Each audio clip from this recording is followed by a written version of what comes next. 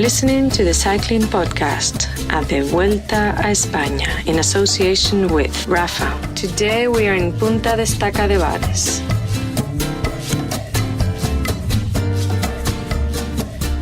Hello, my name's Richard Moore. I'm with a mesmerised Daniel Friebe. Daniel, can you concentrate for a moment or two? Just about.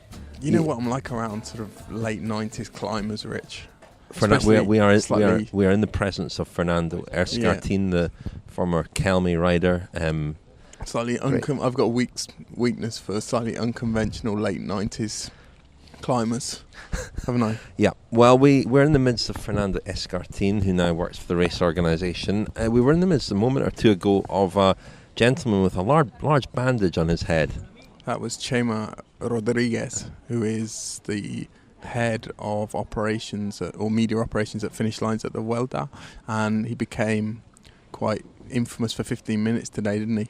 There was a sickening incident just beyond the finishing line when the first and second on stage, Alexander Geniez and Dylan van Baarle collided with him. It seemed to take quite a blow to the head, so it's Escartin's having a banana now. It's quite a relief to see him up and about, and apparently none the worse for wear. Quite a day on the Vuelta today, Daniel. Nice, quite a green banana. He's a man after my heart. I don't like my bananas very ripe, and Escartin is similar. Can we focus on what happened today at the Vuelta? Yes. We're in wet and windy Galicia. I feel at home here because this driving. It was more Welsh than Scottish, less rugged than Scotland, but as green as Wales. But we were at the northernmost point of the Iberian Peninsula today, weren't we? So you should feel very at home, Richard. Today we were at the Spanish John O'Groats. Is that what you call it? John O'Groats? Yeah, I haven't heard it really said like that before. Well, but how anyway, do you say it? John O'Groats. Oh. Just a bit quicker. Just a bit gruffer. Yeah, you put the emphasis on the O. Anyway, stage 12, Mondoñedo to Faro de Estaca de Bares. Is that a lighthouse? Is that a correct pronunciation? Yeah. Both new places for the Vuelta. Stage never started and finished there. Again, very like yesterday, it was all out from the start, and once again, the first protagonist was Vincenzo Nibali. I've been distracted by something else. The issue of... So I read today, this is where the Cantabrian Sea joins the Atlantic Ocean. I'm much more familiar with mountains than I am sea and oceans and oceanography. When does a sea become an ocean? And how does a sea... How can one sea end and an ocean begin at a seemingly arbitrary point? Well, I don't think there's a difference between a sea and an ocean. I think they're the same thing. They're just two different words for the same thing. No, they're not. Are they not? It's definitely. I think it's a question of dimensions. But anyway, sorry. What were you saying about the race? Is the ocean not the entire ocean? But if you read the like information, the Earth and if you read the information in the road book about today's stage, it tells us that the where we finished today is the meeting point, or the line of demarcation between the Cantabrian Sea and the Atlantic Ocean. Well, I'm sure somebody listening will know. Anyway, I was giving my tale of the Etapa. Nibali was joined by a big group of riders, and they, among them were Alexander Geniez, Dylan Teuns, Davide Formolo, Thomas de Gendt, of course, Dylan van Baarle, Gianluca Brambilla, Valerio Conti, who we've not seen a lot of in this. Italians in there, weren't there? A lot of Italians. Jose Herrada from Cofidis, and they began to open up a big gap. Herrada was the best rider on GC, 5:45 down, 22nd overall, and by 50 kilometres he was the virtual leader. The lead just kept growing. 10:30 with 62 kilometres to go, it grew beyond 11 minutes. Formolo was very, very aggressive on the second climb, the Alto de San Pedro, and he was the second at the top behind de Gendt, with Brambilla third. Again, a bit like yesterday, it was quite anarchic. There was a lot of attacking. It was really good riders knocking lumps out of each other. You know, good riders who are good at winning races, basically, attacking each other left, right and centre. Numerous groups splintering off, coming back together, regrouping. And on the run-in here, on this rugged coast, Van Baarle seemed to often be in the wrong place and seemed to be making quite big efforts to get himself back into contention. But in the end he was, and he came in with that group to the front, to the finish. a group of about 5, was it, at the finish? Or 8, sorry, there were 8 riders into the finish there. And it was Yates who opened the sprint first, and that was the right thing to do because it was incredibly narrow. I mean, we were talking about this stage as potentially a bunch sprint, which was ludicrous, but it would have been ludicrous had there been a bigger group than that there. As it was pretty chaotic, and the incident beyond the finish line really was a direct result of the narrowness of it, because the photographers were there. There wasn't a lot of space, was there? Imagine what would have happened if a peloton had come in for a bunch sprint there. Well, it doesn't bear thinking about. Well, and quite a few riders, I think, this morning, or there were people who thought that today could end in a bunch sprint. I spoke to Elia Viviani, and he was certainly hoping that it would end in a bunch sprint. But it's a bit of a recurring theme in this Vuelta. It's a bit like one of old Vincenzo Torriani's Giri, the old Giro boss Vincenzo Torriani was famous for creating Giro routes or publishing route profiles that bore no relation to the actual route on the road. And I've heard quite a lot of that at this Vuelta. Quite a few riders saying that, in spite of all of the technology they use now, they have fantastic briefings in the team buses before stages, which are getting longer and longer. They're, standard going rate now for a briefing is about 20-25 minutes, isn't it? And they see videos, they have very detailed breakdowns of the finishes, and yet quite a few of them have been surprised by what they found. But they get a lot of their information not from the road book. I mean, clearly they they're relying on more than just what's in the road book. Well, yes, but I think even the information they've been fed by their teams at the Vuelta, to a certain extent, there has been occasions when it's not really conveyed quite how difficult or how complicated or narrow the route has actually been. I've heard that a few times. Jack Haig said it today. Certainly the road book itself is fairly, I wouldn't say slapdash, but it's quite vague, I would say. Just to finish the tail of the Etapa, Jesus Herrada is the new leader by 3:22 over Simon Yates.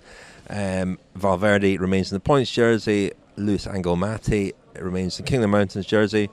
Barry Merida, top team. The community around the world. Stories and films with the most compelling characters. The world's finest apparel. Explore the world of cycling with Rapha. Thank you very much to Rapha for sponsoring the Cycling Podcast. A reminder, coming up a week on Saturday the 15th is the Women's 100, the Cycling Podcast Femina Women's 100. Right, I'm bringing this up deliberately because Daniel got two cafe stops, 100 kilometres, which is frankly more than I'd be capable of at the moment. And I think about 15 have signed up for that. The ride will be led by Hannah Nicklin, Orla Shinawee and Rose Manley will be there as well. And I'm really looking forward to hearing how that goes. And I'm sorry I can't be there. But go to rapha.cc, you can still sign up. And scroll right down, find Women's 100 rides, scroll right down, you'll find the Cycling Podcast Femina ride. God, it's windy, isn't it? It is windy. Fran Reyes is going to be on the podcast later, Rich. Yep. Alas, I'll be gone. I'll be off down the motorway at that point. I would like you to quiz Fran about the culture of cafe stops on bike rides in Spain. Because in Italy, I don't think it's really as much of an institution as it is in Britain. Anyway, that's my last word on this subject. You won't let this go, will you? It's very controversial when I comment on this issue. Yeah. Well, let's move on. I mean, the race. It was. It's interesting. Again, we said a lot, but you don't see this sort of racing at the Tour de France, do you? It's much more controlled. And here, that big group went. Jesus Herrada is the new red jersey. I mean, he's a good rider. He's a good, strong rider. He's 3:20 ahead, and we do see this. The leader's jersey gives you wings, doesn't it? Is he an outside threat because he's got a decent lead? He's a good proven rider. He's a good climber. He's finished in the top 10 in the Tour de Romandie a couple of times. He's ridden a lot of Tours de France, actually. He has never ridden the Vuelta before. He's a guy with GC pedigree, certainly was thought of in his amateur career as a budding GC star, but has not really fulfilled his potential. However, he also left Movistar for that reason, to get more opportunities, and he's getting an opportunity at Cofidis. So who knows, he might surprise us. Worth bearing in mind, though, that Movistar were effectively, they were one of the teams that gave their blessing for him to take the jersey today, and Movistar know him very well. He was there for 7 years, so I think if he really did pose a serious threat, they wouldn't have let him get 3 minutes 20 on GC. I think he'll keep it tomorrow though, at La Camperona. Or was it a continuation of this standoff between Mitchelton-Scott and Movistar? They seem to be cooperating quite well, sort of sharing the responsibility of keeping the move. Although I say that, I mean, the lead didn't really come down an awful lot. I mean, it stabilised at around 10.5 minutes. And they were working at the front, but they weren't working too hard. They weren't committing too much to it. No, I think they kept it at I think that they brought it down to a margin to Jose Herrada that they were very comfortable with. 5 minutes would have been slightly, just the doubt in the backs of a few minds that he might do something incredible. But 3 minutes 20, I think, was about perfect for them. And I think they both needed to take a bit of a breather after yesterday. Yesterday, I think, did a lot of damage, particularly to Movistar. And today as well was another hard day for the guys up the road, and with 3 very hard stages coming up. We spoke at the finish, Daniel, to Simon Yates, the deposed leader, who I think, it was quite a bizarre finish because it was so small out where the finish actually was that the buses were parked 7 kilometres away. The riders had to ride 7 kilometres back, and they had to wait until the last riders had finished. Then they rode 7 kilometres back, and then Movistar and Mitchelton-Scott were parts of the top of a 25% climb. It was unbelievable, this climb. And they got, after finishing the stage and riding 7 kilometres back, they then had this big wall to get up. So one or two not too happy about it, not too thrilled about that, I'm sure. But we spoke to Simon Yates just after he got back to the bus, thinking the media duties were all behind him with him out the red jersey, but he spoke briefly to us. So you're back to the bus a bit earlier than other days. I mean, you've lost the jersey today, but are you quite happy about that? Yes and no. Of course, it's not nice to lose it, but I have bigger ambitions. I hope to take it in Madrid, not here. Yeah. You still a long way to go. So. Was there a point today where you decided, the race was shaping up as it was, and you thought that this could be not a bad outcome for me?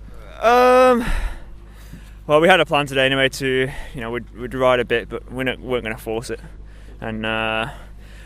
We didn't really, we didn't try and really force who was in the break and who not, because otherwise it would have been another day like yesterday. And there's a big weekend coming up, so we need to save as much energy as possible. How are you feeling, Simon? If you compare how you feel now to the Giro, how do you have you been holding back a bit? How do you feel going into the sort of final week? I feel good. It's hard to say because actually, compared to the Giro, we've only had 2 really GC days, whereas in Giro it was almost from day 1. So what stage are we now? Stage 12. We'd already had 3 or 4 major days, and some other smaller days, where guys like Tim Wellens and those guys won. There was gaps already. Here we only had 2 days, so. I feel good. We'll see how it goes. Chute à l'arrière du peloton. Cycling podcast team car at the back of the pack, please. The voice of Seb Piquet, Race Radio at the Tour de France, reminds me to tell you that tonight's episode is sponsored by Harry's Razors. Now, a Harry's Razors pack will be available to you, the listener, for just £3.95 if you go to harrys.com/cycling. That includes everything you need for a close and comfortable shave, including a razor with a weighted ergonomic handle, 5 precision engineered blades with a lubricating strip and trimmer blade, rich lathering shave gel and travel blade cover. Fran, you've been raving about the gel. Yes, it's an amazing gel, Rich. The probably the best gel I've ever tried for shaving. You're looking smooth. The bits of your face that you shave. Exactly, and you can tell I don't have any cuts in my face right now, and it's probably because of the gel. I give with the pack, it comes some instructions for a good shaving, and on those I follow them closely. Consciously, I massage my face with hot water, then I put on the gel, and it was so relaxing, so refreshing. Okay, calm down. But Fran, tell me something about Spanish facial hair on men, because the sideburns are popular, but they tend to be a little sharp. Contador style sideburns. we see a lot of them around here. Although the policemen all have beards in Spain, I realised today. One out of every 2 policemen in Spain, they carry a beard. Is it because that's compulsory? manly, No, not compulsory, but it makes them feel included, as part of the police forces. Okay. Yeah, but sidebars were quite trendy 5 years ago, but lately I don't see those many. I think I am one of the last survivors. Unusual. Yeah. Get started shaving with Harry's today by claiming your trial set for £3.95. That website address, harrys.com/cycling. That's harrys.com/cycling to get your trial set for £3.95, which includes the razor handle, 5-blade cartridge, foaming shave gel, and travel blade cover. As you might have guessed, I've been joined by Fran Reyes. Daniel has hot-footed it to, 2.5-hour drive, I think, to our hotel tonight. But Fran, that was, I was saying to Daniel, similar stage to yesterday's, really. And exciting. I mean, and the race has been turned on its head to some extent. You were hanging around the Cofidis bus at the finish for a bit of reaction. It's a long time since they've had the overall lead in a Grand Tour. In fact, it's 10 years. Sylvain Chavanel was the last one here at the Vuelta. So, an unusual position for them to be in. Yeah, I mean, Cofidis has been walking through the desert, really, for 5-6 years. Since Eric Voyer took over the team around the year 2010, they've been struggling to find a real direction. Yvon Sanquer became the GM of the team in 2013, if I recall correctly.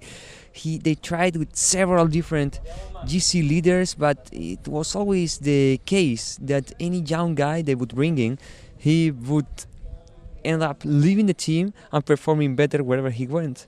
And they took one in the team, and it hasn't lived up to the expectations they had.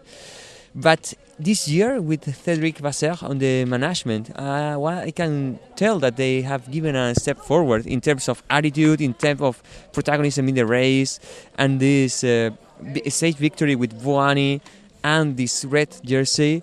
These are 2 unprecedented successes. They've got 2 jerseys on the team, haven't they? Because Mate's still in the King of the Mountains jersey. So quite active, Yeah, I mean, the Herrada brothers, Jose and Jesus, were signed this year from Movistar just to strengthen them in races like this, I guess, and in week-long stage races as well. And I mean, Jesus Herrada, we spoke about it with Daniel in the last part.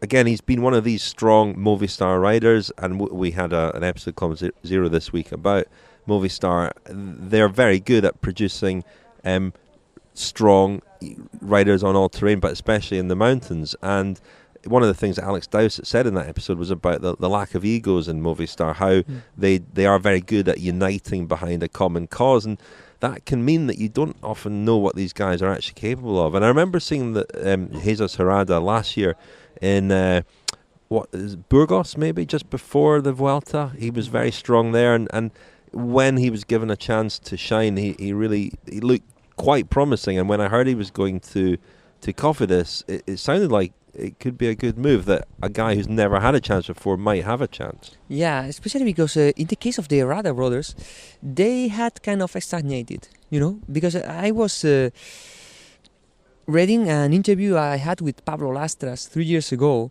where he was telling me categorically that Jesus Herrada was the future of Spanish cycling, that he could well become a GT winner, and those are quite remarkable predictions, and Pablo Lastras, believe me, he's not a guy who speaks for free. He knows what cycling is about.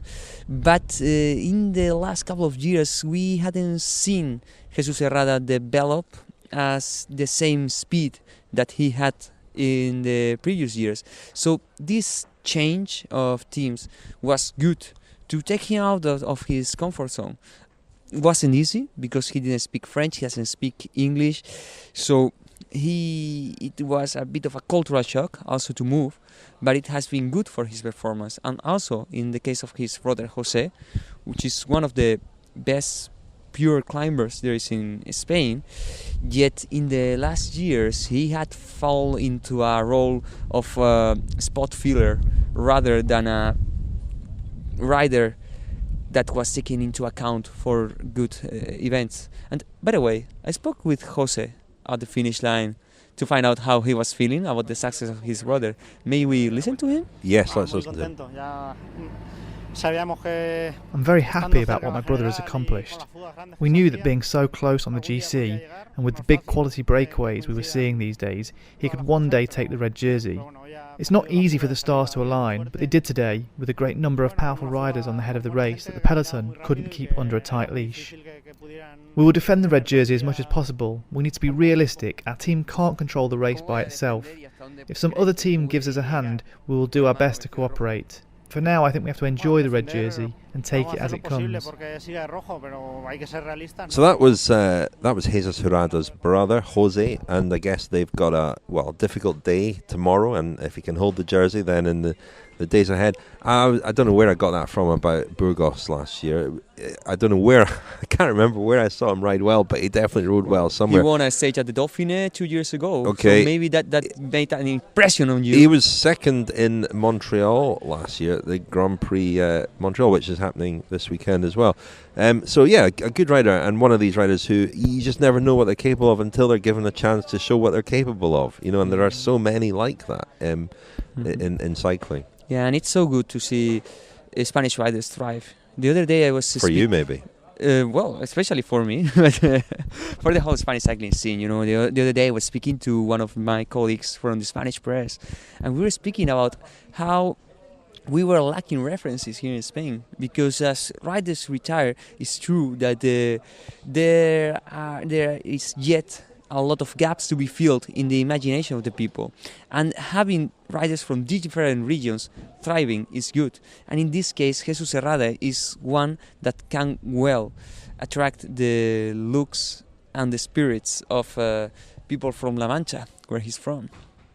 Now, you spoke to Pablo Lastras as well, his former teammate Movistar, now a sports director there. Yeah, former teammate, sports director, and above all, a huge enthusiast of his possibilities. Let's hear from him. To me, Jesus is more than a former teammate, a friend. We forged a nice friendship since the moment he arrived on the team at only 20 years old, and I believe he deserves a reward like this red jersey. Jesus has a lot of experience. He knows how to ride a Grand Tour. With the 320 advantage, he can keep the jersey for several days. Jesus is one of the best stage chasers in the Spanish peloton. He's part of the 90 generation, the same as Sagan, Bardet, Quieto, Nairo. He has matured gradually, as every rider should, and is reaching his peak at 28 years old, which is when most cyclists reach their best. Sometimes we'd like young talents to develop quickly and be precocious, but sometimes it's better to go step by step. We might see a different, better version of Jesus Herrada from now on. It's a shame he'll be wearing the Cofidis kit instead of Movistar's. The Cycling Podcast is supported by Science in Sport. Kiss goodbye to stomach problems with the world's first truly isotonic gel. Science in Sport Go Energy Isotonic. Before you hit the wall, hit back. Science in Sport, fueled by science. So the question today for Rob Child at Science and Sport is from Stuart Struley from Newport in the USA. I have a question for Science and Sport. I often ride early in the morning, not by choice, and I struggle with what to eat before I leave the house. I try to get out the door a half hour after my alarm goes off. For rides of less than 2 hours, I manage okay by bringing some gels and cubes with me, but I'm sure I'm not maximising my performance, and for longer rides I feel like I'm on the edge of bonking for the second half. Any thoughts on what's quick to consume and digest and will provide me with a good base for a long ride would be greatly appreciated. He's got that half hour between the alarm going off and leaving the house. Yeah, Stuart, thanks for your question. Certainly having a strong coffee as soon as you wake up will help you through your longer or your rides of about 2 hours. But for the longer sessions, I think you want a breakfast comprising of, again, your strong coffee, but also actually some slow digesting foods. So oats, either in the form of porridge or bircher muesli, to provide a sustained energy release that will help you in those longer events. And it's always useful as well to have a SIS double espresso caffeine shot in your back pocket, just in case you start to flag.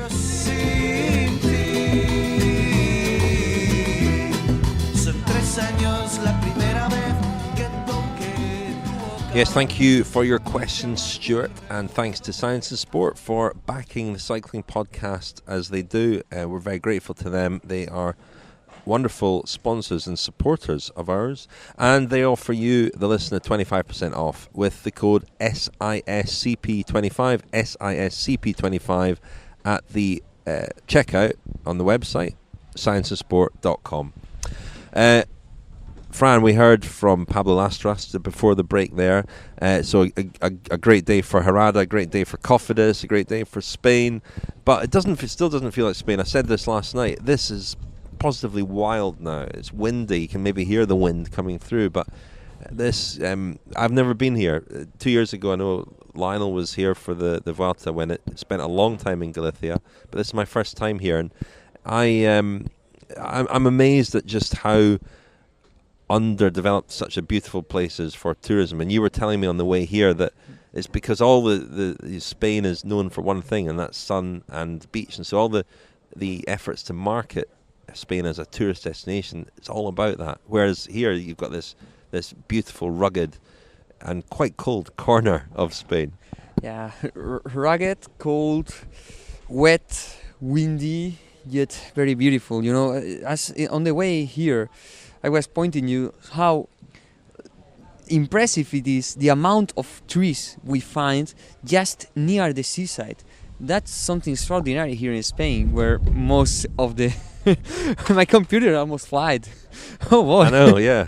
So yeah, about the underdevelopment of this part of Spain, yeah, taking into account basically that we are the tourism of sun and beach, and when it comes to beaches and when it comes to seas, the Mediterranean Sea is quite peaceful. It's almost a swimming pool compared to the wild, more brave Atlantic Ocean that we have here in Galicia. So basically, when it came to develop infrastructures, they were last in line for most of the last couple of decades. So yeah, on the other hand, it's good to see a part of Spain that is almost virgin, you know. And if you come to do the Camino de Santiago, I don't know what the name of that is in English, you will see how beautiful and different and special the vibe is here.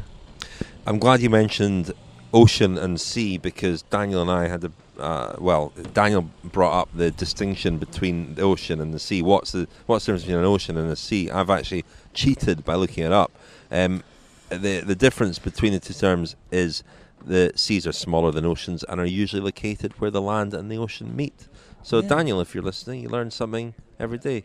Anyway, moving on, we'll hopefully have some seafood tonight. We had some last night, and that seems to be compulsory here in Galicia, seafood. It was beautiful. Yeah. And we had the most delicious mussels at lunch here. Oh, I didn't try them. Oh, they were amazing. I've never seen such big, fleshy mussels. It was you who ate all of them? I think I ate most of them. Yeah, delicious, absolutely delicious. Anyway, the incident beyond the finish line today was the other big talking point, I suppose, when the top two riders, Yates and Dylan van Baarle, collided with the race official, and it was an unfortunate incident. Gianni Bugno has come out very strongly against what happened. He's been very critical of the Vuelta organisers for what happened. He is the president, of course, of the CPA, which David Miller today has announced he's standing for president of the CPA.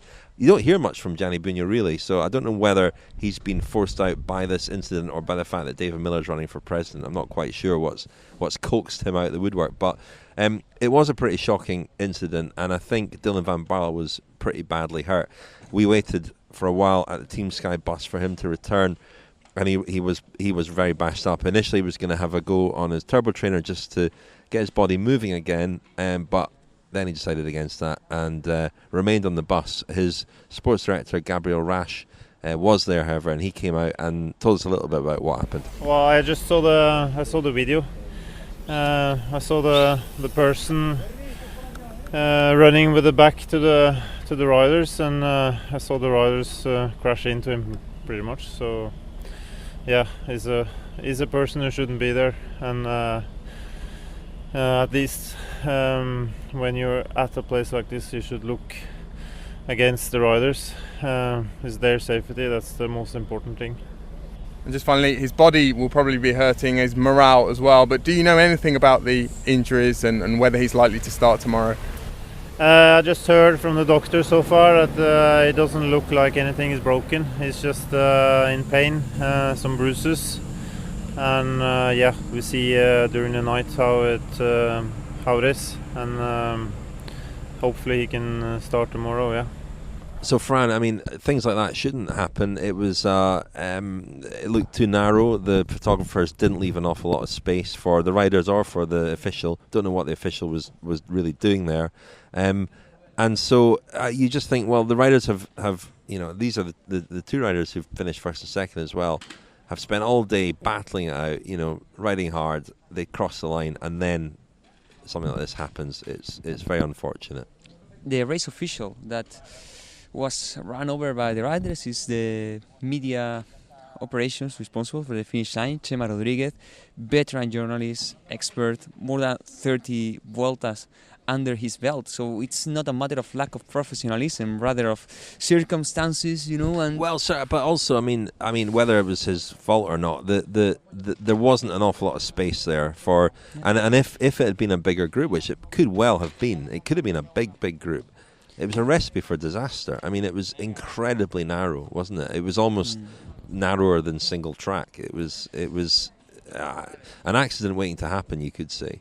I mean, we shouldn't be blasé about the fact that it's Dylan van Baarle and Alexander Genius who've been hurt. Imagine if it had been, two of the guys who are favourites to win here battling out, and that happened to them, and one of them was their efforts in the rest of the race was compromised or even ended as a result of that. Then then it would be a far more serious issue. But it shouldn't be a more serious issue because of the identity of the riders involved. I think it remains equally serious. I mean, I think it's an unfortunate accident that could have caused very severe injuries to 3 individuals, and it shouldn't have happened, definitely. Well, listen, before we go tonight, a couple of little announcements. We, on Monday, will be holding our first of the Vuelta press conference episodes, which we started at did we start that at the Giro? I think we started that at the Giro, where you can call in a question.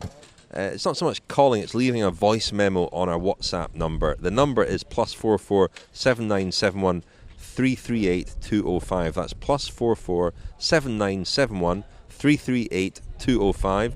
Leave a voice memo on that WhatsApp number. We'll pick it up and you'll hear the questions, and we'll try to answer your questions on Monday. We'll be joined by Lionel Burney for that, hopefully Daniel as well, but we'll get Lionel on the line for that, and it'll be you and me as well, Fran. We'll be recording that on Monday. The other thing I have to say is that we are running a competition. It's not so much a competition, it's a prize draw. If you sign up as a friend of the podcast during the Vuelta, you will go into the hat to win some Rapha and Science and Sport swag, quite generous swag from Rapha and Science and Sport. If you're already a friend of the podcast, if you've signed up already this year, you will automatically be in that draw as well. You can sign up as a friend of the podcast at thecyclingpodcast.com, and you'll get lots of exclusive episodes there as well. And there are a few more still to come this year. So the other thing we should mention is Kilometre Zero. Tomorrow looks at the trend for steeper and steeper climbs and smaller gears. And we've spoken to some riders, mechanics, ex-riders, physiotherapists, just about the different demands that puts on the body, the different technique in riding climbs with smaller gears. So I think that's quite interesting. That's coming up tomorrow morning. Fran, we should hit the road. 2.5 hours. No. Before leaving, we should discuss on the record what's happening tomorrow on the way to La Camperona. Who is driving? Because I have had really, really awful experiences driving up La Camperona with those steep gradients up to 20%. That's very hard to navigate, and it would be unpleasant for me to do that again. I'm happy to drive. We don't have the most powerful car, do we? No, I mean, it suffers a lot on the climbs, It struggles on the climbs. So if it was a rider, which rider would it be? Ian Stannard. Ian Stannard. Very harsh on Ian Stannard. But we better jump in Ian Stannard now and get to our hotel, I think, Fran. Thank you very much, Fran. Thank you, Richard. See you tomorrow.